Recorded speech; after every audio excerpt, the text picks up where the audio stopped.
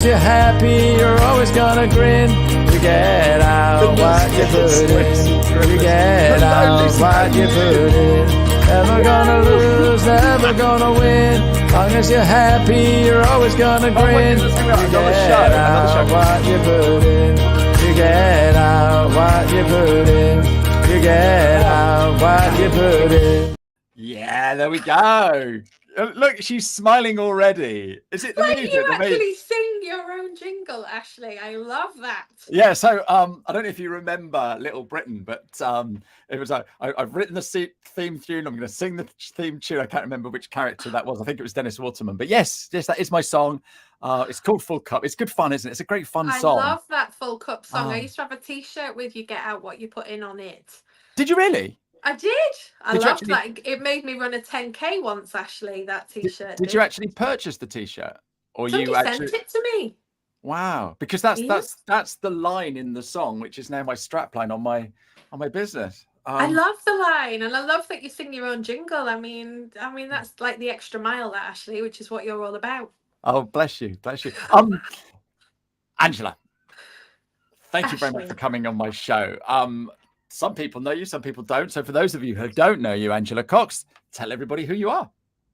So I am the founder of Bursary 360, which is a rule-breaking coach training academy. I teach coaches my unique method of coaching. And before I launched Bursary 360 a couple of years ago, I did in fact use the rule-breaking method myself. So it's tried and tested in my role as a coach. And I'm just here really to make a difference in people's lives by breaking the rules. I've always been a rule breaker, but I used to cover it up with the Goody Two Shoes Act, and now I don't bother with the latter anymore, Ashley. Fantastic. Well, look, you've got that lovely smile. You're looking radiant today. I love your dress. And I see some yellow in the background. I see some yellow in the background as well, which is brilliant. But what people can't see is before the music starts and you've got all that slides going on, you're underneath and I can see you dancing. So I knew this is going to be my goodness, there we go. Today. I knew it was going to be a great show. So that's a great start. Now, okay, there's an awful lot of coaches. Oh, there is. And we were chatting beforehand. You get calls or cold email or cold DM on LinkedIn. You need coaching, or can I coach you, and stuff like that. So tell us how you got into it then, Angela. Oh, well, I mean, I've always been a coach, I suppose. I feel like I was a coach from being in primary school. I was always that kind of the go-to person that people would come to with a problem. Whether that's the definition of the coach or not is up to you to decide.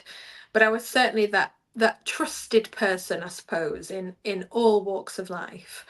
And like many people, I went into a corporate career, fell into it really. The reason I fell into it, Ashley, is because I got an RAF sixth form scholarship, which is a rule breaker, is a bit of an oxymoron really. And my dad was super proud of this RAF sixth form scholarship. So I sort of followed that route and I went through my A-levels and I went to Cranwell and did my officer training, and I absolutely hated it because like Angela Cox does not fit in a military environment, and talk about feeling like you don't fit in. It was evident to me. And so I came out of that, much to my father's disgust.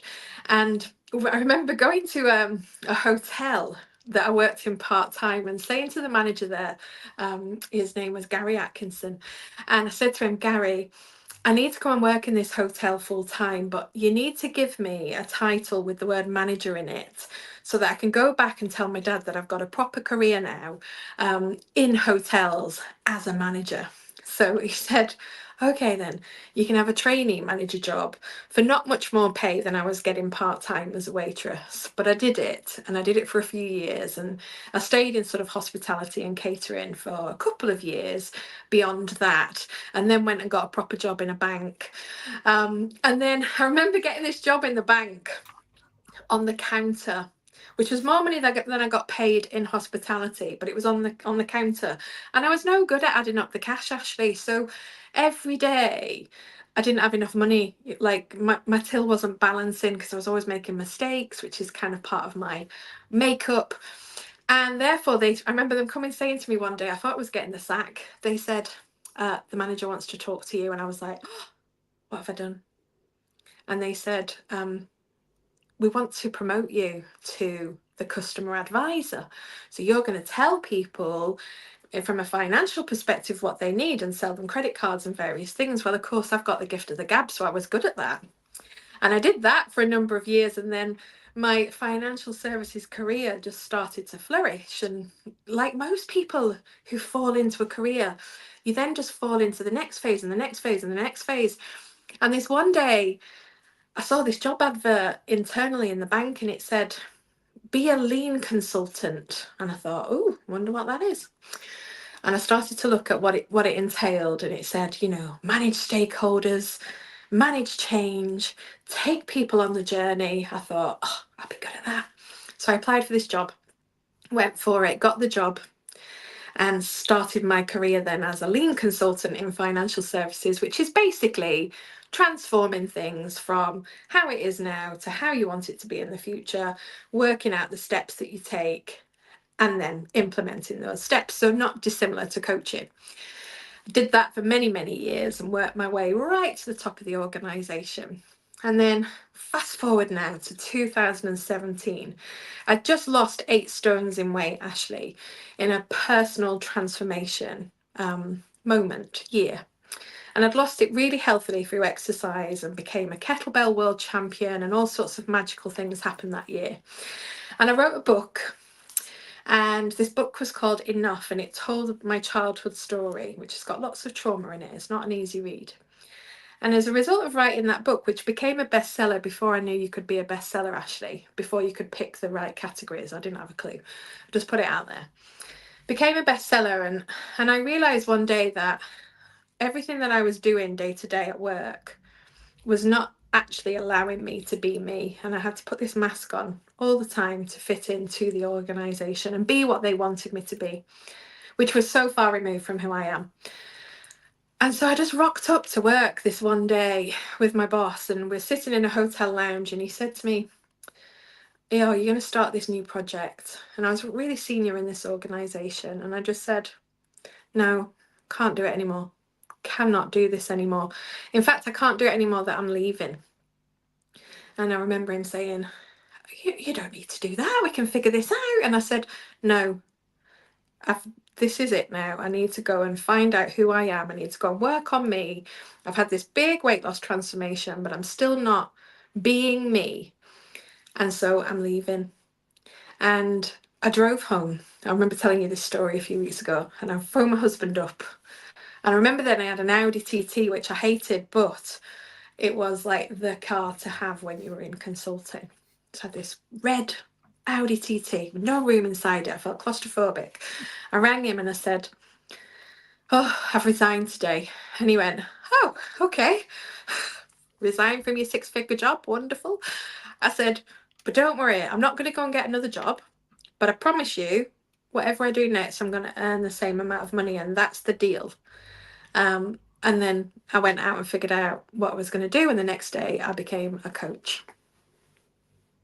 Wow. That is one heck of a story. We need to unpack. There's lots of things there that we need to unpack. So what's wrong with the ADTT? Well, I just hated it inside, Ashley, because I like space and I felt really hemmed in, and it was just a bit flash for me, really. I'm a girl from Bolton. Red Audi TT, not really me. That's so funny. Right. Okay. So you lost a load of weight. And so do you think that was the trigger for you seeing a different side of life? I'd always had this essence around me. I'd always been overweight my whole adult life. And I had this theory, and we hear this a lot, where people say, I'll be happy when. Or everything will be perfect when. I know. And for me, everything will be perfect in my life when I got to a size 10. Okay. And then I was standing in front of the mirror as a size 10 going, well, actually, I might feel a bit more confident and I might feel better in my clothes. But fundamentally, I still don't like myself very much. And the reason I don't like myself very much is because I'm not able to be me.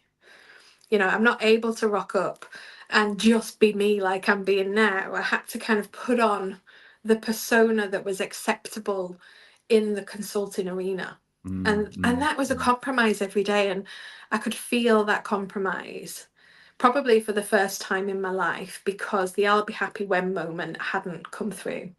So I knew that there had to be something else. Yeah, that I'll be happy moment is I'm a big fan of Mo Gaudat. I don't know if you know Mo Gaudat. And he was talking to Rangan Chatterjee, I think. Okay. And he was talking about happiness and stuff like that, and talking about Johnny Wilkinson, you know, the rugby player. Yeah. He's the guy that scored the winning goal that won England the World Cup. The next day, he couldn't get out of bed.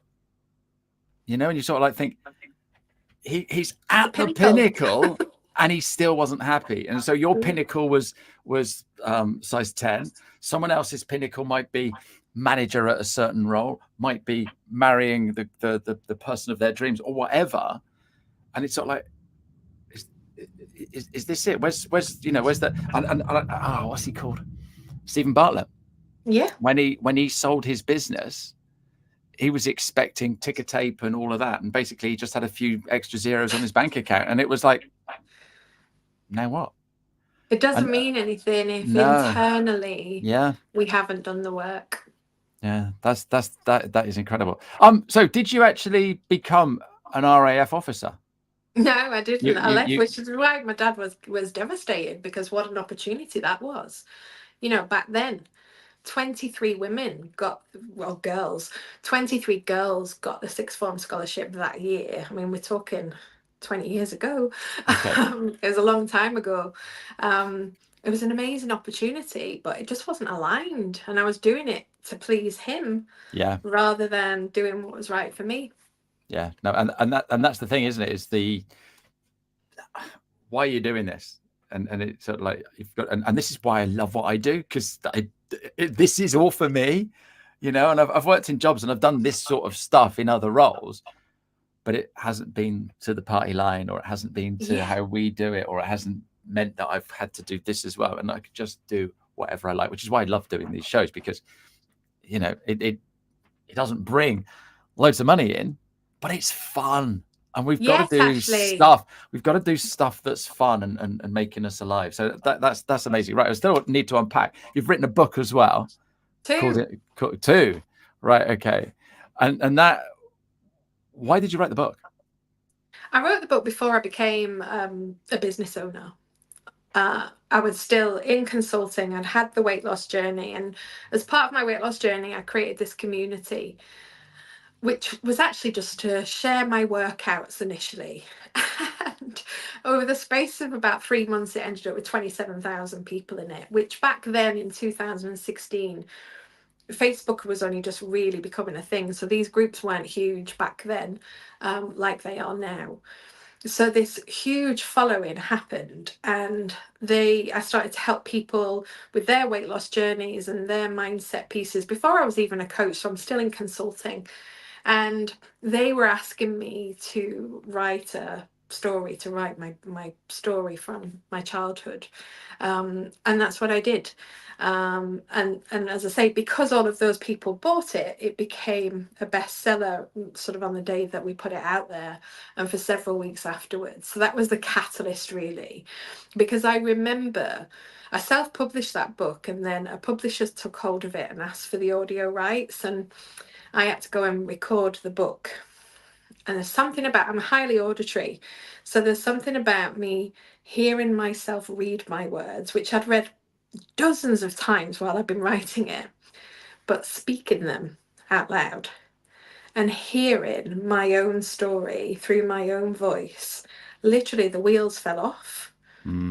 Because all of this stuff that I've been able to tell people about in a really dissociated way was now massively real. So not only did I have the I'll be happy when, and I'm not quite, even though I'm a size 10, not only did I have this discord at work where I wasn't able to be myself, but I also realized the enormity of all the things that had happened to me as a child that had gone under the carpet. And I realized I needed to do something with it. Wow. Powerful stuff. Right. Guess what my next audiobook's going to be then? Definitely. I want to read that. Oh, or listen to it, because that's the thing. It's sort of like finding time to read, isn't it? Yeah. Do you read many business books, or are you an audio Well, I do, lady? but I use Blinkist, which I've heard is that. Yeah. just gives you the kind of the abridged version, which I just love then because you can consume loads of content, but it kind of cuts out all the guff.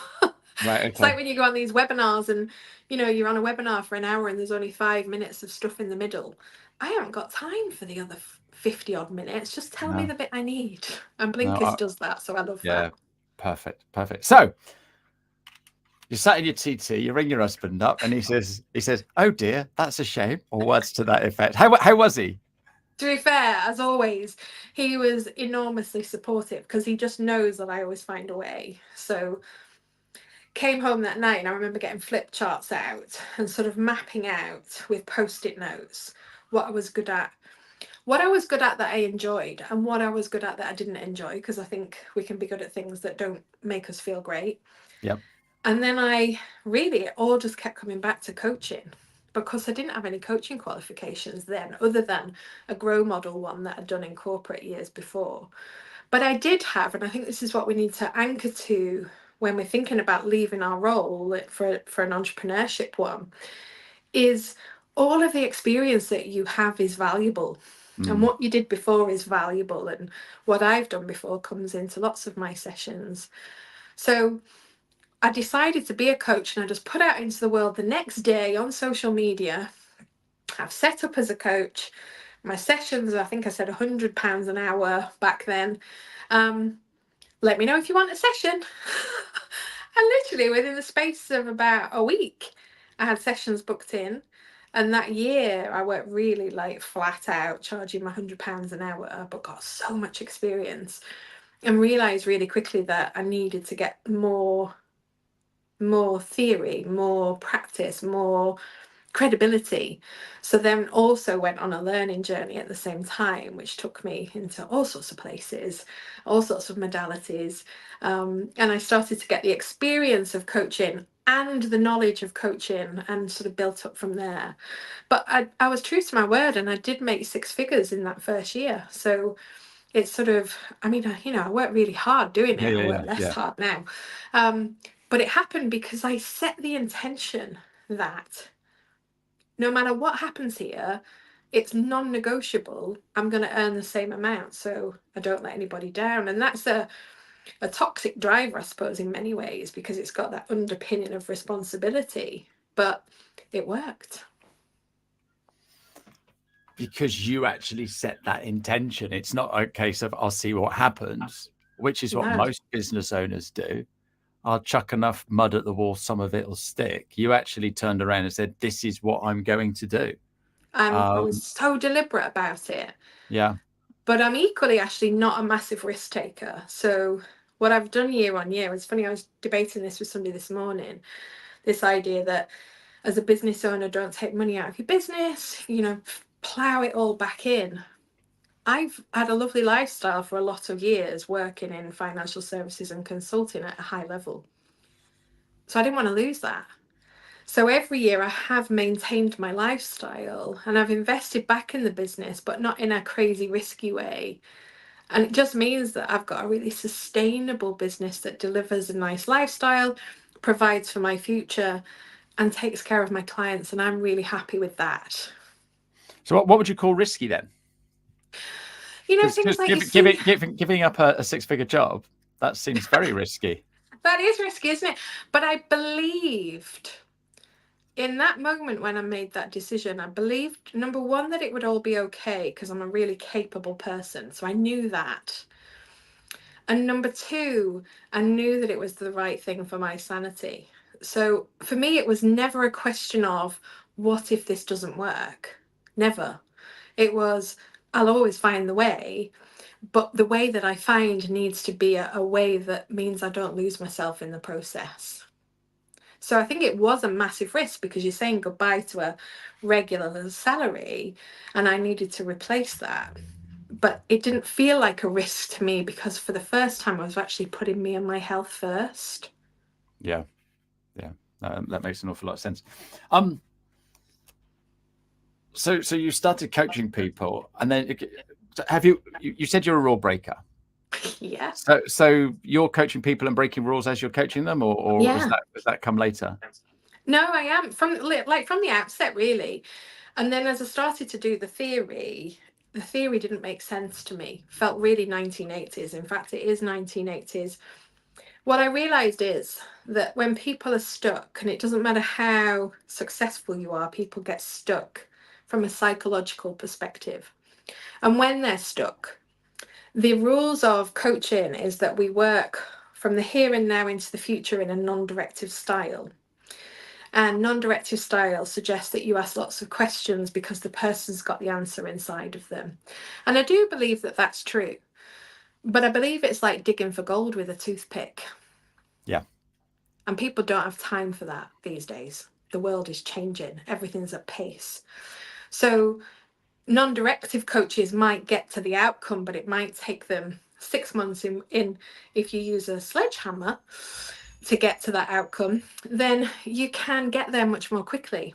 But also, we have to go backwards into their past, and not in a sit down and tell me about your mother, not in that kind of way, but in a let me find the moments in time where you've created a perspective that is impacting your behavior now. And the link is always in the past. And so in my coaching, what I started to do was understand the neuroscience of the brain, the biology of the body, and how those two things come together to affect behavior. And in doing that, create ways of working that take people into their past in a solution-focused way, find those root causes, neutralize those, resolve those, so that we can move forward. And therefore, when we're moving forward, we're not still on a bungee cord of sabotage that keeps bringing us back. That goes against what coaching is all about in many ways.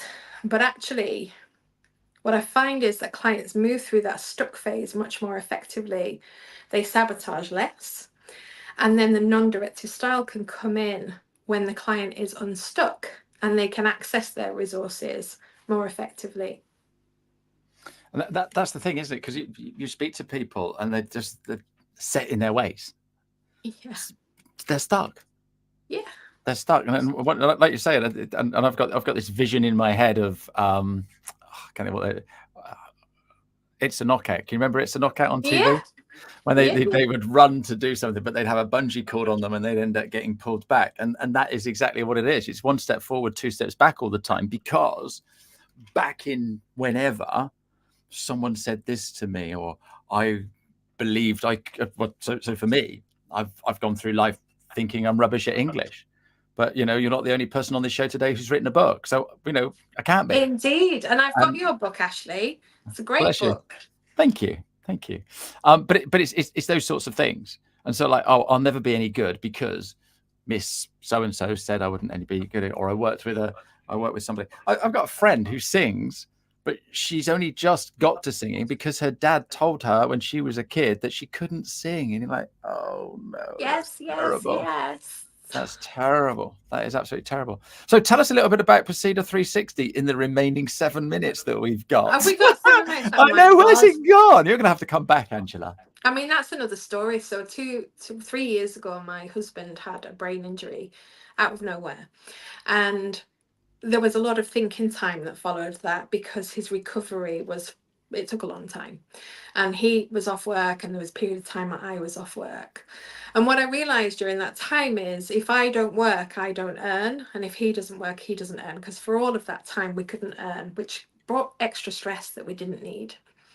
And so I thought, well, what can I do from a business perspective that will help me to not only create the legacy of this rule breaking method, but also mean that I can provide if Martin doesn't recover and if I can't work again for whatever reason. And so that was the thinking behind it, because I knew that I didn't want to go into group coaching and, some of the things that individual coaches do to scale.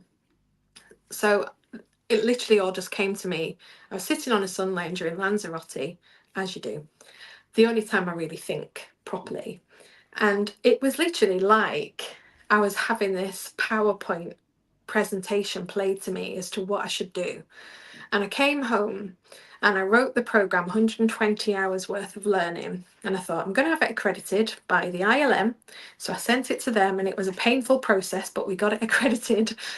And I put it out there. And the first cohort of 10 people signed up, and we did the training. And then another cohort of 10 people signed up, and then another and another. And we've just finished our fourth cohort in 18 months, whilst developing the master program, the diploma, which is coming next and has just been accredited by the ILM, by the Association for Coaching, by the ACCPH, and involves people, amazing people like Dr. Andy Cope from Positive Psychology and Dr. John from the GC Index. They're all coming together to help me build this thing. Wow. And the feedback we're getting from coaches is just phenomenal, because we're teaching them how to go back before they go forward.